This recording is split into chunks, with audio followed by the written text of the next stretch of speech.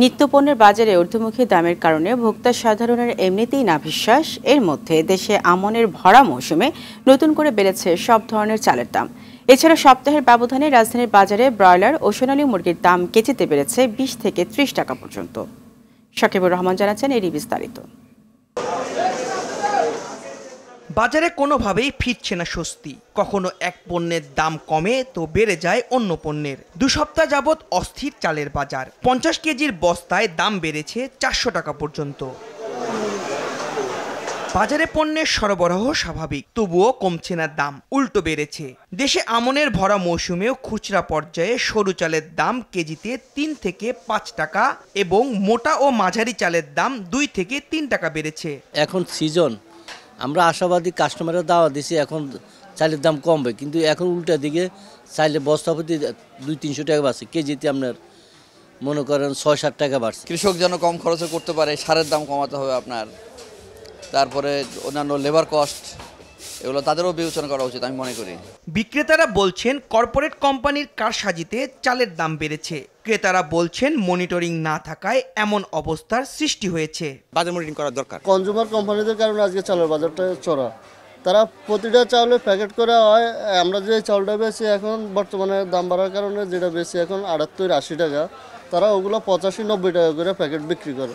তাদের প্যাকেট খরচ হয় 1 টাকা, কিন্তু সেই কারণে আজকে চালের বাজারটা এত চড়া। মেলেরা বলতেছে ধানের দাম বেশি। এখন কতটুকু ধানের দাম কি বেশি, এটা আমার মনে হয় মনিটরিং করলে সরকার ক্ষতি দেখলে ভালো হবে। কারণ এত 1 কেজি চাউলে 6-7 টাকা বাড়তে পারে না এই এক সপ্তাহের মাথায়। 3 দিন আগেও যে ব্রয়লার মুরগি বিক্রি হয়েছে 180 টাকায়, তা এখন ডাবল সেঞ্চুরি পার করেছে। সোনালী মুরগির দর 310 টাকা।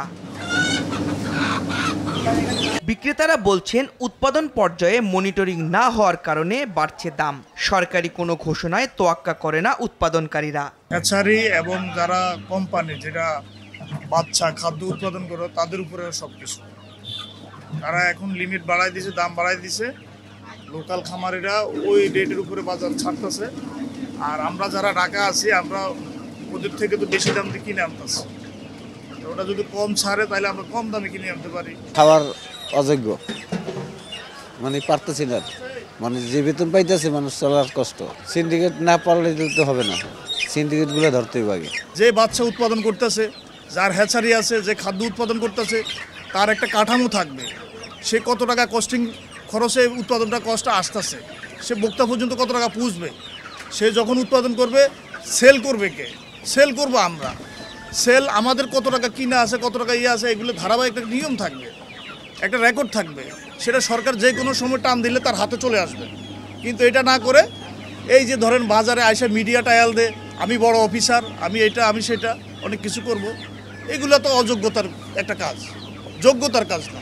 বাজার থেকে উধাও হওয়া সয়াবিন তেল দাম বাড়ার পর কিছুটা আমদানি ঠিক হলেও এখনো পর্যাপ্ত নয় বলে জানান বিক্রেতারা। এখন যা আসছে মোটামুটি চলার মতো ব্যবস্থা হয়েছে, তারপর পর্যাপ্ত পরিমাণ আসে না। বাজার নিয়ন্ত্রণে আরও কঠোর হওয়ার তাগিদ ভোক্তাদের।